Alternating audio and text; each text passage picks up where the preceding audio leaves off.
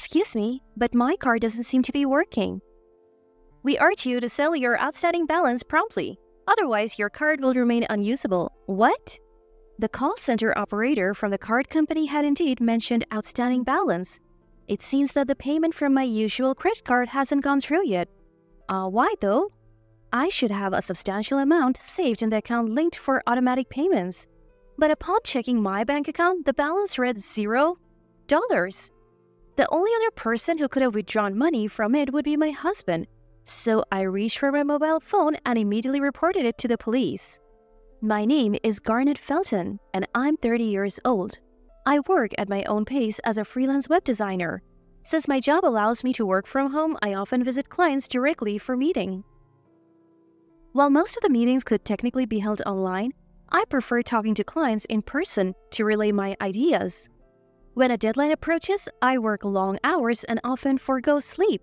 The reason I can keep up with this job is due to my husband's support. I got married to Thomas a year ago. A few years back, when I was assigned to a project at a company, he was the representative I spoke with. We were in a relationship for a year and a half before we got married. After our marriage, he moved into my apartment. Despite all this, there's one major problem in my life which concerns Thomas's parents. They are a bit casual with their spending and always seem to be short on money. Thomas and I split all our living expenses. Since I earn more, I usually pay all the expenses for the month, and then he reimburses me half at the beginning of the next month. However, when I informed Thomas about this month's expenses as usual, he grimaced and said, "Listen, money's a bit tight this month. Can I pay my share of the living expenses after my next paycheck?" "What? What do you mean by tight? I'm only asking for half of the living expenses." "Yeah, I know, but I'm totally out of cash until the next payday." "What do you mean? It's only been 10 days since payday." "Well, I have some stuff to take care of for my parents." "For your parents?" His evasive attitude and refusal to explain clearly began to frustrate me. His intentional vagueness made me probe further. "Hey, can you explain properly why can't you pay? And what's this about taking care of your parents?" "Well, that is..." "Is there something you're guilty about?" "No, not at all. I just helped out my mom and dad." "Helped out?" "Yes, they said they were struggling, so I just sent them some money." Thomas's parents are supposed to be working. My father-in-law had a full-time job, and my mother-in-law works part-time, so why did he need to send them money? I couldn't quite wrap my head around this and asked the question that had been gnawing at me. Why do your parents need financial aid even though they're working? There was never any need for this before? "I have been sending them money all along. They just asked me to increase the amount starting this month." You didn't actually agree to increase the amount, did you? "Yes, I did. What's the issue? If my parents are in trouble, it's natural to help them out." Fine. Just make sure to pay when you get your paycheck at the end of the month, okay? My husband can be quite stubborn once he's set his mind to something. I love him, but his obstinate side does cause some issues. I didn't think saying more would change his mind, nor would he genuinely apologize. I decided to hold off on pressing further and wait patiently until the next payday. Ever since that incident, he began finding excuses not to contribute to our household expenses. Even if he did contribute, it was only about a third of the amount. It's been almost 6 months since he started refusing to pay. While we're still technically married, my patient is wearing thin. Even though I'm bearing all the expenses, all the household chores are also up to me. Thinking about it made me feel foolish and overwhelmed with emptiness. One late night, he came home. His face was flushed, clearly tipsy. I couldn't help but raise my voice. "Hey, if you are going to be out drinking, why didn't you call? I made dinner and waited for you." "Oh, sorry. A colleague invited me out unexpectedly." "But you could at least send a message, right? I've told you before to let me know." Don't yell as soon as I get home. Feels unwelcome." What's that supposed to mean? Why am I the one getting blamed? He looked at me with disdain as if I was the bad guy. I was infuriated by his attitude and confronted him. "Why can you afford to go out drinking when you can't even pay our bills?" "I can have a drink once in a while. I'm tired from working every day." "So am I. I do all the household chores. If you can't contribute anymore, can we stop sending money to your parents?" "What? Why? This is my family's matter. It's none of your business." What about us, Thomas? Aren't we family too? What am I to you living here with you after we got married? Oh, so annoying. What does it matter? You make more money than I do anyway. Why is he acting so superior? The only reason Thomas can live comfortably is because I am covering all the bills. Wouldn't a simple thank you or sorry for the inconvenience be appropriate? I was at a loss for words, facing his unreasonable arguments. I couldn't comprehend how he could be so arrogant. Given our heated tempers, I figured a calm discussion wasn't possible and said, "Let's talk again tomorrow." The next day, as I prepared dinner, waiting for him, I heard the front door open. "Welcome home." I called from the kitchen, but there was no reply. Then the living room door opened and in walked my husband with his parents. Mom? Dad? Why are you here?" With a smug grin, my husband said, My parents have something they want to discuss with you. "Discuss with me?" Come on, Mom and Dad, get straight to the point, huh? Encouraged by my husband, my father-in-law began looking apologetic. Sorry for the sudden visit. We came to discuss the money Thomas has been sending us. What's this about? Garnet, can you please stop tormenting Thomas? Taken aback, I blurted out, "What?" I was utterly bewildered.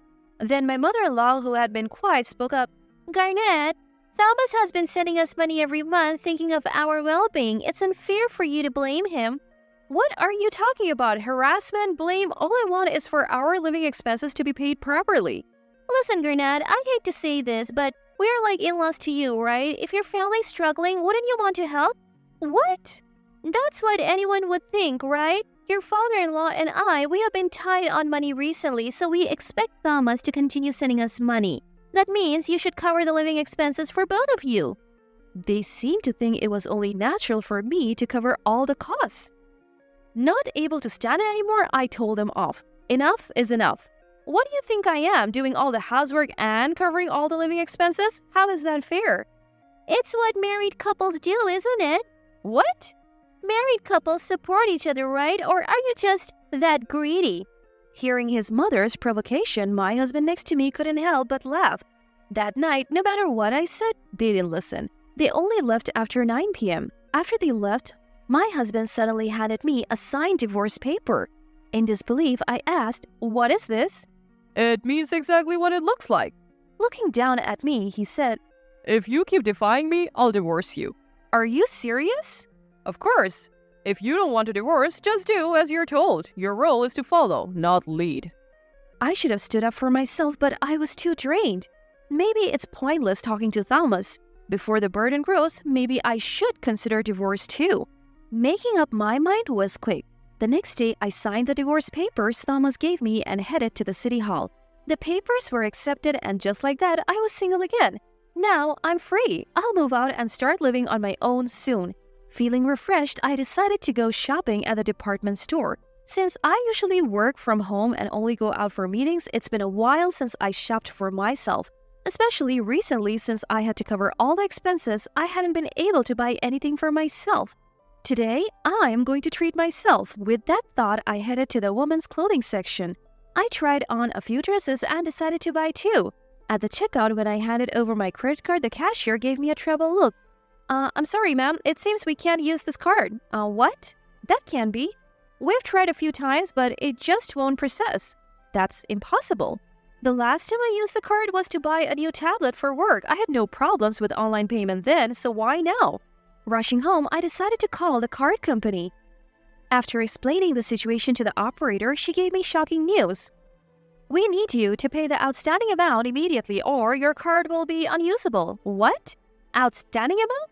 "Yes, as of last month, we couldn't deduct the card's usage from your account." "That's impossible. Please check your bank account balance." After hanging up the phone, I checked my bank account online to see the balance, which my card draws funds from. I've been using this account for savings since I was single, but now it's solely for my card's transaction. If I remember correctly, there should be $5 million in there, but my balance showed 0. Just before the card's due date, all $5 million was withdrawn. What's going on? Why? A chilling suspicion crossed my mind. Could it have been Thomas? But who else could it be? Our bank book and ATM card are kept together, accessible only to the both of us. Meaning Thomas was the only other person who could withdraw from my account? I waited for him to come home, then confronted him. Hey, did you take money from my account? He smirked, exhaled loudly, and responded, seeming quite annoyed. Oh, you found out? Thought I did a pretty good job hiding it, huh? I can't believe it. Why would you do that? Why? For my parents, obviously. I gave them your $5 million. What did you just say? Like I said, they asked for financial support. Lucky for them, I have a financial source. Financial source? Lost for words, he started explaining with a proud tone. It seemed his parents had been obsessed with shopping online recently. They kept buying stuff that they liked. Their spending was way beyond their income. Up until now, they had been asking Thomas for financial support, but now they were at a point where they couldn't manage anymore. Things escalated when they realized they could demand more. They started buying multiple of the same items and gave them away to neighbors. Before they knew it, their monthly payment was over $500,000, and Thomas couldn't cover it anymore, so he withdrew the $5 million from my account. Once he was done explaining, he said, You shouldn't have any complaints, right? They're also your family. Think of it as taking care of them. Stop fussing about a mere $5 million. In that moment, I found myself dialing the police on my cell. Hello? Police? I want to report a break-in and theft. My address is... Thomas watched me with wide eyes. As I ended the call, he shouted, Hey, who did you just call? Didn't you hear? The police. Police? Why would you call them? And break-in and theft? That's you, right? What? Calling it theft is way over the top. And break-in? This is my house. I sternly told the flustered Thomas, We are not a couple anymore. Actually, I'm the one renting this place, so technically it's not your home, is it? We're not a couple? Remember the divorce papers you so kindly filled out yesterday? I already submitted them. So in other words, this is my place and you are just a stranger here, an intruder, right? You've got to be kidding me. Call them back and cancel the report. Waving my phone at him angrily, I threatened, If you lay a finger on me, I'll call the cops again. Just so you know, they're already on their way. You can't run now. Why don't you just admit what you have done? Whoa, wait. We loved each other, didn't we? Why is this happening? Loved each other? I scoffed. Don't give me that crap. Whose fault do you think all of this is? It all started because you blindly supported your reckless parents. You can't just do as you please and expect to be forgiven. Who would forgive someone as awful as you? What a fool. Fool? Who do you think you're talking to? To you. Like parents, like child, because you were raised by parents who were careless with money. You think it's okay to empty someone else's savings? I hope the police give you a good lecture and you will feel the weight of that $5 million. Just then, the police arrived and Thomas crumbled on the spot. Who's the person in question? Pointing at my husband now cowering on the floor, I said, It's him. All right, get up. We'll need to take you in for questioning. All I wanted was to care for my parents. But his pleas went unanswered and Thomas was taken away by the police. However, the incident was deemed a civil matter and the police informed me that they couldn't intervene. So I visited a law firm and demanded compensation for the misused savings of $5 million plus damages, totaling $6 million. Of course, Thomas and his parents didn't have that kind of money. In the end, all three ended up in debt. Despite their financial struggles, his parents continued their impulsive shopping sprees, leading to an ever-growing debt. They even turned to loan sharks. Rumors has it they now live in fear of daily debt collection, trying to stay hidden. On the other hand, I decided to completely cut ties with Thomas and moved to a new apartment. Thankfully, my work started flourishing and I now earn more than I could have ever imagined.